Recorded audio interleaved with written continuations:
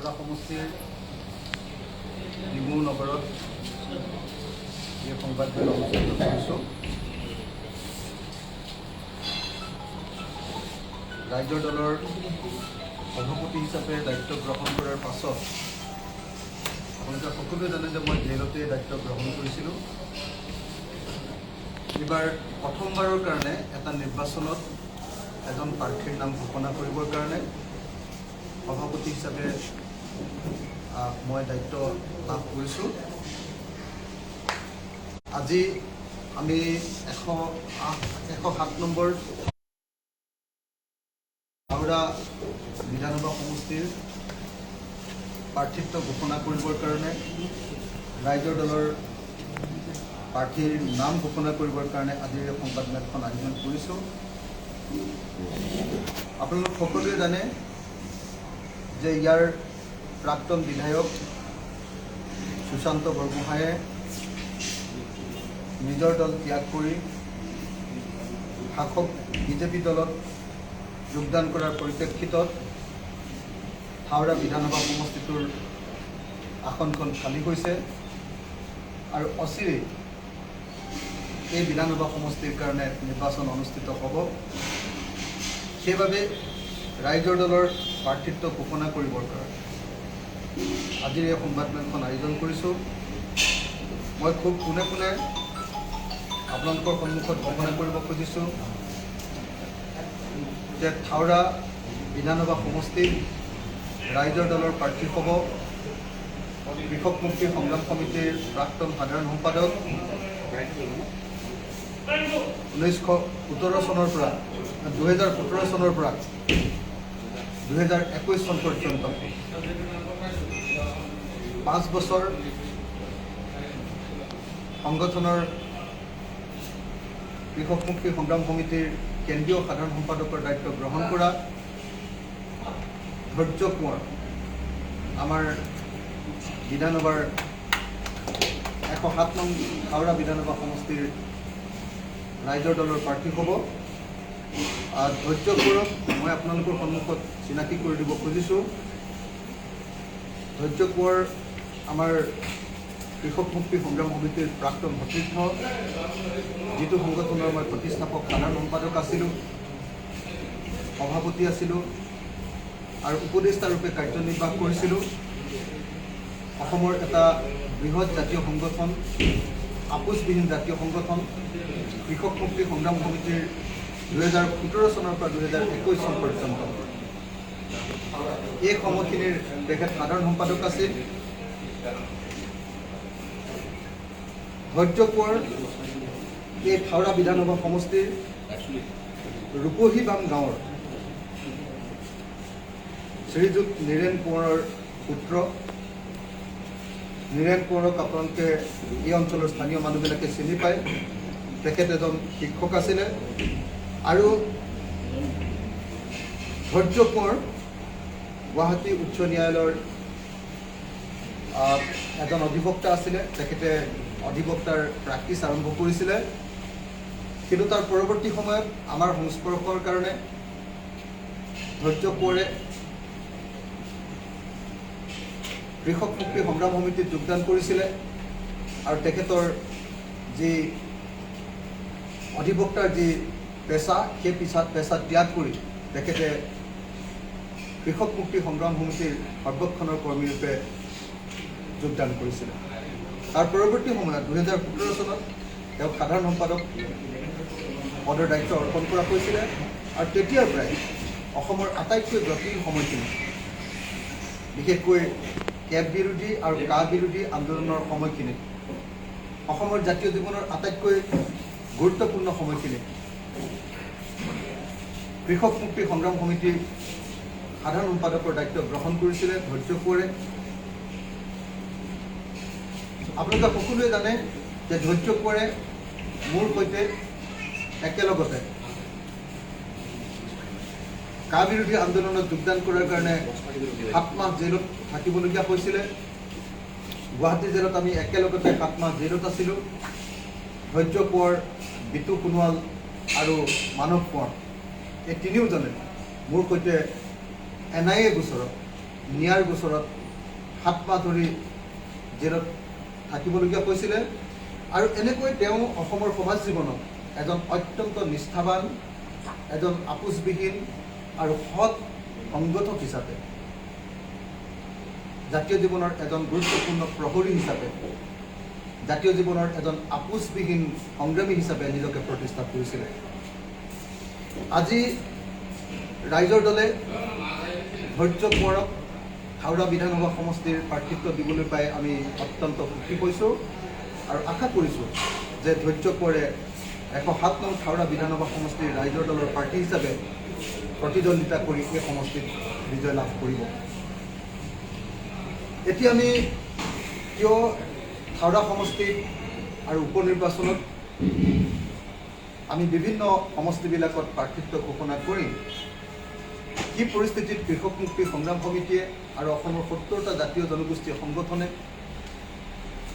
ৰাইজৰ দল গঠন কৰিবলগীয়া হ'ল, আৰু বৰ্তমানৰ পৰিস্থিতিত আমি কিয় বিজেপি দলক সম্পূৰ্ণৰূপে বিৰোধিতা কৰোঁ আৰু কিয়নো আমি নিজাববীয়াকৈ প্ৰাৰ্থিত্ব দিছোঁ, এই সম্পৰ্কে খুব চমুকৈ আপোনালোকৰ সন্মুখত প্ৰকাশ কৰিব খুজিছোঁ।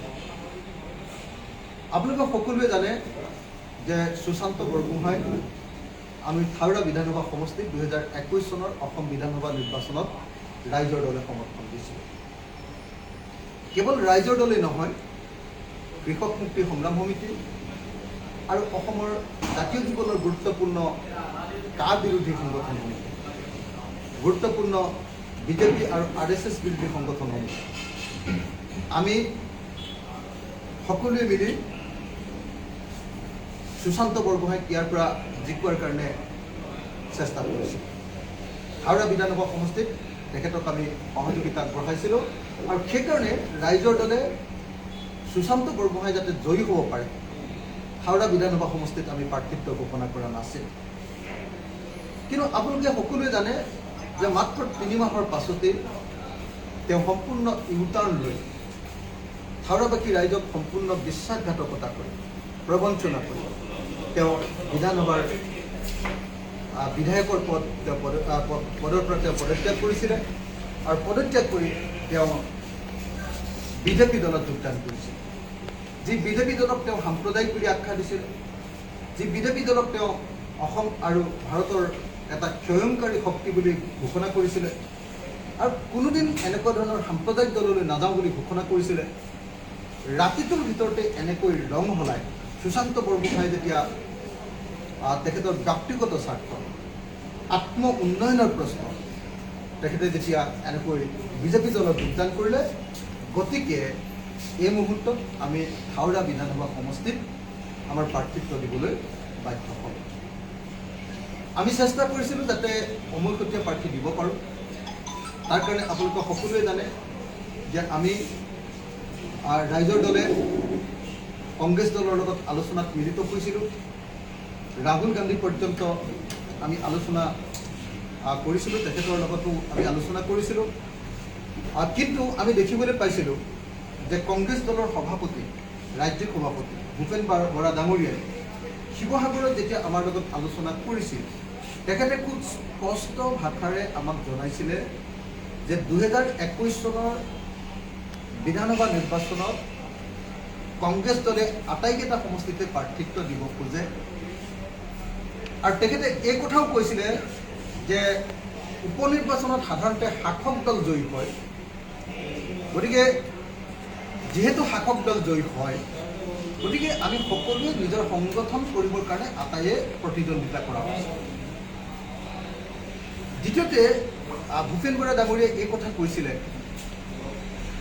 যে যিহেতু উপ নিৰ্বাচনত বিজেপি আটাইকেইটা সমষ্টিত হাৰিলেও চৰকাৰ ভংগ নহয়, অসমৰ চৰকাৰখন ভংগ নহয়, গতিকে সকলোৱে নিৰ্বাচনত অংশগ্ৰহণ কৰিব লাগে বুলি তেওঁ আমাৰ আগত মত প্ৰকাশ কৰিছিল। তেখেতে কৈছিলে যে 2024 চনৰ সংসদীয় নিৰ্বাচনত আমাৰ লগত বুজাবুজি কৰিব, 2026 চনৰ বিধানসভা নিৰ্বাচনত বুজাবুজি কৰাৰ পক্ষত আছে, কিন্তু 2021 চনৰ যে উপ নিৰ্বাচন, সেই উপ নিৰ্বাচনত তেওঁলোকৰ বিধায়কসকল যিহেতু ইয়াত জিকিছিলে আৰু তেওঁলোকৰ বিধায়ক প্ৰাৰ্থীবিলাকে এতিয়া যিহেতু বিজেপিলৈ গৈছে, গতিকে তেওঁলোকে এই আটাইকেইটা সমষ্টিতে নিৰ্বাচনত অৱতীৰ্ণ হ'ব খোজে। আমাৰ দৃষ্টিভংগীটো পৃথক। আমি ভাবোঁ, আমি ৰাইজৰ দলে স্পষ্ট ৰূপত ভাবোঁ যে বিজেপিক 6টা বিধানসভা সমষ্টিত পৰাজিত কৰাটো সমগ্ৰ অসমবাসী আৰু সমগ্ৰ ভাৰতবাসীৰ কাৰণে এটা অত্যন্ত সুখৰ খবৰ হ'ব, অত্যন্ত গৌৰৱময় খবৰ হ'ব, অত্যন্ত গুৰুত্বপূৰ্ণ খবৰ হ'ব। আনকি বিধানসভা সমষ্টি বাদেই দিয়ক বা লোকসভা সমষ্টি বাদেই দিয়ক, বিজেপিৰ নিচিনা এটা সাম্প্ৰদায়িক স্বৈৰতান্ত্ৰিক এটা দলক যদি এটা ৱাৰ্ড মেম্বাৰৰ নিৰ্বাচনতো আমি যদি পৰাজিত কৰিব পাৰোঁ, সেইটো আমাৰ কাৰণে মতাদৰ্শগত বিজয়, সেইটো আমাৰ কাৰণে নৈতিক বিজয়। আৰু সেইকাৰণে কোনো পধ্যে আমি কংগ্ৰেছৰ নিচিনাকৈ এনেকৈ নাভাবোঁ যে উপনিৰ্বাচনত সাধাৰণতে শাসক দল জয়ী হয়, গতিকে সকলোৱে আমি নিৰ্বাচন খেলিব লাগে।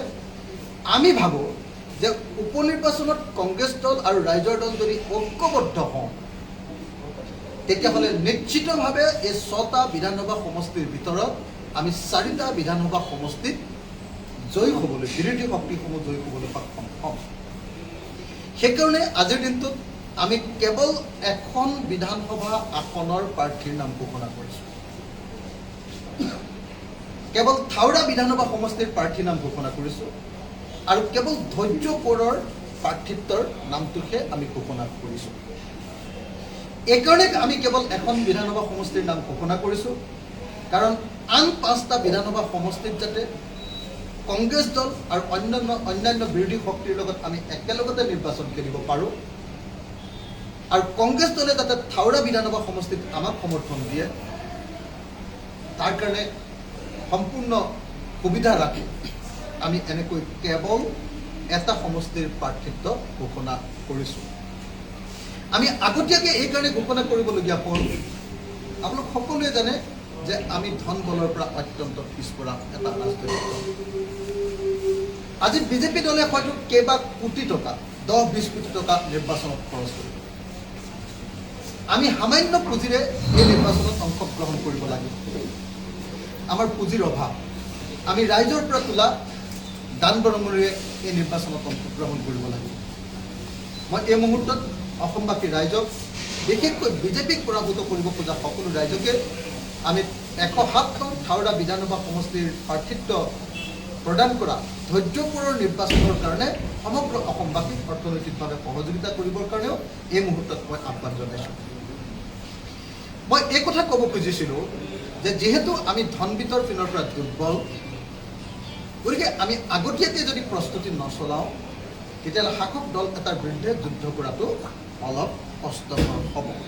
আৰু সেইকাৰণে আমি আগতীয়াকৈ এই সমষ্টিৰ প্ৰাৰ্থিত্ব ঘোষণা কৰিছোঁ। দ্বিতীয় কথা, ধৈৰ্য কোঁৱৰক আমি কিয় প্ৰাৰ্থিত্ব ঘোষণা কৰিম? আমি ইয়ালৈ আহি মই নিজে ইয়াতে থাকি লৈছিলোঁ। আপোনালোকে দেখিছে যে যোৱা 10 দিনমান ধৰি মই থাওৰা বিধানসভা সমষ্টিত যেতিয়া থাকি লৈছিলোঁ, তেতিয়া ৰাইজে অতি স্পষ্ট ভাষাৰে এটা কথা কৈছে যে ইয়াত এনেকুৱা এজন মানুহ লাগে যি আপোচবিহীন, যি ভৱিষ্যতে কেতিয়াও এনেকৈ বিজেপি দলত যোগদান নকৰিব, যাৰ ওপৰত অসমৰ মানুহে বিশ্বাস কৰিব পাৰে। আৰু নিশ্চিতভাৱে কৃষক মুক্তি সংগ্ৰাম সমিতিৰ এজন নেতাৰ সমান এনেকুৱা বিশ্বাসযোগ্য প্ৰাৰ্থী পোৱাটো বহু ঠাইতে কঠিন। আপোনালোকে সকলোৱে জানে যে অসমৰ এটা অন্যতম আপোচবিহীন জাতীয় সংগঠন হ'ল কৃষক মুক্তি সংগ্ৰাম সমিতি। তাতোতকৈ গুৰুত্বপূৰ্ণ কথা যে ধৈৰ্য কোঁৱৰৰ যোৱা সময়খিনিৰ যি ট্ৰেক ৰেকৰ্ড, সেই ট্ৰেক ৰেকৰ্ডত কেতিয়াও আপোচ শব্দটো যোগ হোৱা নাই। তেওঁ NIAৰ দ্বাৰা তদন্তৰ সন্মুখীন হৈছে, জেললৈ গৈছে, 7 মাহ জেলত আছে, কিন্তু কেতিয়াও এটা শব্দও কোৱা নাই যে শাসক দলৰ প্ৰতি তেওঁ কেতিয়াবা কোমল ভাৱ প্ৰদৰ্শন কৰিব। গতিকে এজন আপোচবিহীন, এজন আদৰ্শযুক্ত আৰু এজন স্বচ্ছ আৰু নিকা প্ৰাৰ্থী হিচাপত আমি ধৈৰ্য কোঁৱৰক ৰাইজৰ মাজলৈ উলিয়াই দিবলৈ পাই গৌৰৱবোধ কৰিছোঁ। দ্বিতীয় কথাটো হ'ল যে এই মুহূৰ্তত বিশ্বাসঘাতক, প্ৰবঞ্চক সুশান্ত বৰগোহাঁইক যদি পৰাভূত কৰিব লাগে, তেতিয়াহ'লে ইয়াৰ এজন স্থানীয় আৰু এজন সবল প্ৰাৰ্থী দৰকাৰ। আমি লক্ষ্য কৰিছোঁ যে এই মুহূৰ্তত কংগ্ৰেছ দলত তেনে কোনো সবল প্ৰাৰ্থী নাই। গতিকে আমি স্পষ্টভাৱে ভূপেন বৰা ডাঙৰীয়া আৰু ৰাহুল গান্ধী ডাঙৰীয়া আটাইকে মই নিজে স্পষ্টভাৱে কৈছিলোঁ যে থাওৰাত আমি নিৰ্বাচন খেলিম, গতিকে থাওৰাৰ প্ৰাৰ্থিত্ব আমাৰ কাৰণে খালী ৰাখিব লাগে। তো যিহেতু কংগ্ৰেছ দলৰ এই মুহূৰ্তত শক্তিশালী প্ৰাৰ্থী নাই, যিহেতু কংগ্ৰেছ দলৰ প্ৰতি মানুহৰ বিশ্বাস যথেষ্ট পৰিমাণে হেৰাই গৈছে, কাৰণ ইয়াৰ MLA জন কংগ্ৰেছৰ আছিলে, তেওঁলোকে বিজেপিত যোগদান কৰিছে, গতিকে মানুহে ভাবে, ইয়াৰ স্থানীয় মানুহে ভাবে, তৃণমূলৰ জনগণে ভাবে যে এতিয়াও যদি কংগ্ৰেছ প্ৰাৰ্থী এজনক তেওঁলোকে জয়ী কৰি পঠিয়ায়, তেওঁ পুনৰ যে বিজেপিত যোগদান কৰিব তাৰ কোনো গেৰাণ্টি নাই। গতিকে এনেকুৱা প্ৰেক্ষাপটত আমি ধৈৰ্য কৰক। 2021 চনৰ অসম বিধানসভাৰ 6টা উপনিৰ্বাচনৰ ভিতৰত 107 নং হাওৰা বিধানসভা সমষ্টিৰ প্ৰাৰ্থিত্ব প্ৰদান কৰি, ৰাইজৰ দলৰ প্ৰাৰ্থিত্ব প্ৰদান কৰি আমি তেওঁক বিজয় সাব্যস্ত কৰিবৰ কাৰণে সমস্ত শক্তি প্ৰয়োগ কৰিবলৈ সিদ্ধান্ত গ্ৰহণ কৰিছোঁ।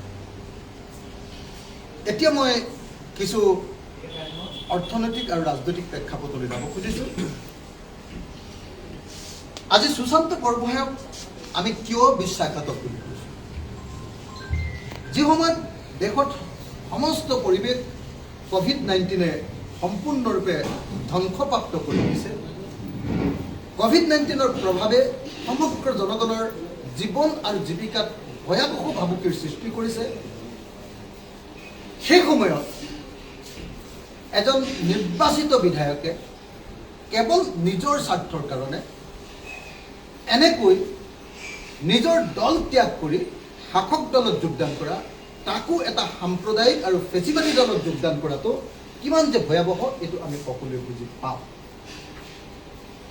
গতিকে অতি স্পষ্ট ভাষাত আমি ক'ব খোজোঁ যে এনেকুৱা এটা পৰিস্থিতিত এজন বিধায়কে নিজৰ আদৰ্শ ত্যাগ কৰি কেৱল চিণ্ডিকেটৰ কাৰণে, চিণ্ডিকেট কৰিবৰ কাৰণে, আপোনালোক সকলোৱে জানে যে শাসক দললৈ গৈ আজি সুশান্ত বৰগোহাঁই কি কৰিব খুজিছে? সুশান্ত বৰগোহাঁই ক'ব খুজিছে যে শাসক দললৈ গ'লে, কেৱল শাসক দললৈ গ'লেহে এটা সমষ্টিৰ উন্নয়ন কৰাটো সম্ভৱ, আৰু বিৰোধী পক্ষত থাকি সমষ্টি উন্নয়ন কৰাটো সম্ভৱ নহয়। তেওঁৰ মতে সমষ্টি উন্নয়ন কৰিবৰ কাৰণে তেওঁ শাসক দললৈ গৈছে। আমি তেওঁক প্ৰশ্ন সুধিব খোজোঁ যে 2011 চনত যেতিয়া তেওঁ শাসক দলত আছিলে, অৰ্থাৎ কংগ্ৰেছ দলত আছিলে, বিধায়ক হিচাপে আছিলে, আৰু তেওঁ অসমৰ গৃহ বিভাগৰ সংসদীয় সচিব পৰ্যন্ত তেওঁ পদবী লাভ কৰিছিলে, সেই 2011 চনৰ শাসক দলত থাকি তেওঁ হাওৰা সমষ্টিৰ কিমান উন্নয়ন কৰিলে? তেওঁ যে আজি ক'ব খুজিছে যে কেৱল শাসক দলত থাকি কৰিব পাৰে, 2011 চনত কিমান উন্নয়ন কৰিলে? মই সাংবাদিকসকলক অনুৰোধ জনাইছোঁ যে আপোনালোকে কেৱল এবাৰ হাওৰা সমষ্টি ভ্ৰমণ কৰক, কি ভয়াৱহভাৱে দুখীয়া এটা সমষ্টি হাওৰা। গতিকে তেওঁ যে সমষ্টি উন্নয়নত শাসক দলত থাকি ব্যৰ্থ হৈছে, এই কথাটো দেশ দেশকৈ প্ৰমাণ পায়। দ্বিতীয়তে তেওঁ ক'ব খোজে যে শাসক দলত যদি থাকে তেতিয়াহে কেৱল তেতিয়াহে উন্নয়ন কৰাটো সম্ভৱ। মই তেখেতক প্ৰশ্ন কৰিব খুজিছোঁ, ঠিক আছে 2021 চনৰ বিধানসভা নিৰ্বাচনত বিজেপি শাসক দল হ'ব, গতিকে তেওঁ ডলাৰ বগৰীৰ নিচিনাকৈ কংগ্ৰেছ দলৰ পৰা বিজেপিত যোগদান কৰিলে। ডলাৰ বগৰী শব্দটো অসমীয়া মানুহে আটাইতকৈ ঘৃণাৰ শব্দৰূপে ব্যৱহাৰ কৰে। ডলাৰ বগৰী শব্দটো আমাৰ বদন ফুকনৰ শব্দটোৰ নামৰ সমৰ্থক। আহোম শাসনকালত আপোনালোকে সকলোৱে জানে যে বদন ফুকনে কেনেকৈ জাতিক বিদ্ৰোহ কৰি মানুহ কাঢ়িছিলে, আৰু যি কাৰণত আজি সমগ্ৰ অসমবাসী ৰাইজে বদন বৰফুকনক দেশৰ শত্ৰুৰূপে গণ্য কৰে। আজি সাম্প্ৰদায়িক বিজেপিত যোগদান কৰি অসমীয়াত্ব ধ্বংস কৰি কেৱল ৰাষ্ট্ৰীয়ত্ব আৰু হিন্দুত্ব জাপি দিব খোজা বিজেপিত যোগদান কৰি আচলতে আজিৰ দিনটোত সুশান্ত বৰগোহাঁইও নিজকে বদন ৰূপে প্ৰতিষ্ঠা কৰিছে। মই আপোনালোকক স্পষ্ট ৰূপত ক'ব খোজোঁ যে যদি সুশান্ত বৰগোহাঁয়ে যদি ভাবে যে 2021 চনত তেওঁ কংগ্ৰেছৰ পৰা জিকাৰ কাৰণে আৰু বিজেপি শাসনত থকাৰ কাৰণে এতিয়া কোনো পধ্যে উন্নয়ন কৰাটো সম্ভৱ নহয়, গতিকে তেওঁ শাসক দলত যোগদান কৰিহে উন্নয়ন কৰিব পাৰিব, তেওঁক মই সুধিব খুজিছোঁ যে অহা 2026 চনত যদি বিজেপি পৰাভূত হয় তেতিয়া সুশান্ত বৰগোহাঁয়ে নেক্সট কোনটো পাৰ্টিলৈ যাব? তেওঁতো কেৱল শাসক দল লাগে, তেওঁৰ মতেতো কেৱল শাসক দলেহে উন্নয়ন কৰিব পাৰে, তেওঁৰ মতেতো কোনো বিৰোধী পক্ষৰ কোনো ভূমিকা নাই দেশত, তেওঁৰ মতে বিৰোধী পক্ষক সন্মান দিয়া উচিত নহয়। গতিকে এই মুহূৰ্তত মই তেখেতক সুধিব খুজিছোঁ যে যদি 2021 চনৰ বিধানসভাত তেওঁ বিৰোধী পক্ষ সদস্য হিচাপে নিৰ্বাচিত হোৱাৰ পাছত শাসক দললৈ গ'লেহে উন্নয়ন হ'ব বুলি তেওঁ বিজেপিত যোগদান কৰিলে, তেতিয়াহ'লে 2026 চনত তেওঁ ক'ত যোগদান কৰিব? গতিকে এনেকুৱা দলাৰ বগৰী আমাৰ সমাজৰ পৰা বৰ্জন কৰা উচিত আৰু আমি সকলো ৰাইজে এনেকুৱা দলাৰ বগৰী বিশ্বাসঘাতক প্ৰতাৰকক আমি ঘৃণাৰে উপচাই পেলোৱা উচিত আৰু সেইবাবে ৰাইজৰ দলে তেওঁক পৰাভূত কৰিব পৰা এজন সবল স্থানীয় প্ৰাৰ্থী ধৈৰ্য কৰক আমি প্ৰাৰ্থীৰূপে ঘোষণা কৰিছোঁ। আপোনালোকে দেখিছে যে বিজেপিয়ে দেশখন এফালৰ পৰা খাই পেলাইছে। আপোনালোকে দেখিছে যে COVID-19 ভয়াৱহ সংকটত মোকাবিলা কৰাৰ ক্ষেত্ৰত বিজেপি সম্পূৰ্ণৰূপে ব্যৰ্থ হৈছে সমগ্ৰ দেশত। আপোনালোকে দেখিছে যে এতিয়া পৰ্যন্ত পৃথিৱীৰ প্ৰায় আটাইবিলাক দেশে COVID-19 ভেকচিন দিয়া শেষ কৰিলে, কিন্তু আমাৰ দেশত এতিয়ালৈকে ভেকচিন দিয়াৰ কাম শেষ হোৱা নাই। বৰং আমাৰ দেশত ভেজাল ভেকচিন দিছে বুলি অভিযোগ উত্থাপন হৈছে। দ্বিতীয়তে COVID-19 সুযোগ লৈ আজি নৰেন্দ্ৰ মোদীয়ে সমগ্ৰ দেশত অপৰিকল্পিতভাৱে অকস্মাতে আৰু কেৱল চমক সৃষ্টি কৰিবৰ কাৰণে যি আকস্মিক লকডাউন ঘোষণা কৰিলে, এতিয়া সমগ্ৰ দেশৰ অৰ্থনীতি ভাঙি চুৰমাৰ কৰি পেলালে। আজি দেশত কেৱল দুৰ্ভিক্ষ আৰু দুৰ্ভিক্ষ। বিজেপি চৰকাৰ দিনত অৰ্থনীতি ভাঙি পুৰা চুৰমাৰ হৈ গ'ল। মূলতঃ তিনিটা হঠকাৰী কামৰ জৰিয়তে নৰেন্দ্ৰ মোদীয়ে আমাৰ দেশৰ অৰ্থনীতি ভাঙি পেলালে। 1 নম্বৰ, ডিমনিটাইজেশ্যন বা বিমুদ্ৰাকৰণ। একে ৰাতিৰ ভিতৰতে টকা সলাই পেলালে, 500 টকীয়া 1000 টকীয়া নাইকিয়া কৰি পেলালে। তাৰ ফলস্বৰূপে সমগ্ৰ দেশৰ অৰ্থনীতি, সমগ্ৰ দেশৰ ব্যৱসায় সম্পূৰ্ণৰূপে ধ্বংস হৈ গ'ল। দ্বিতীয়তে তেওঁলোকে হঠাতে অপৰিকল্পিতভাৱে GST ঘোষণা কৰিলে, যাৰ ফলস্বৰূপে অসমৰ অৰ্থনীতিত, ভাৰতৰ অৰ্থনীতিত পুনৰ এটা বৃহৎ ধাক্কা পৰিলে। আৰু সেই দুটা ধাক্কা চম্ভালি লোৱাৰ পূৰ্বে ভাৰতৰ জনগণৰ ওপৰত তেওঁলোকে অকস্মাতে লকডাউন ঘোষণা কৰিলে। আৰু মোদীয়ে চমক সৃষ্টি কৰিবৰ কাৰণে 8 বজাত ঘোষণা কৰি 12 বজাত লকডাউন কৰিলে। পৃথিৱীৰ কোনো দেশত এনেকৈ লকডাউন নিদিয়ে। লকডাউনৰ কাৰণে জাতিটোক প্ৰস্তুত কৰি তাৰ পাছত লকডাউন কৰে। আপোনালোকে সকলোৱে জানে যে নৰেন্দ্ৰ মোদী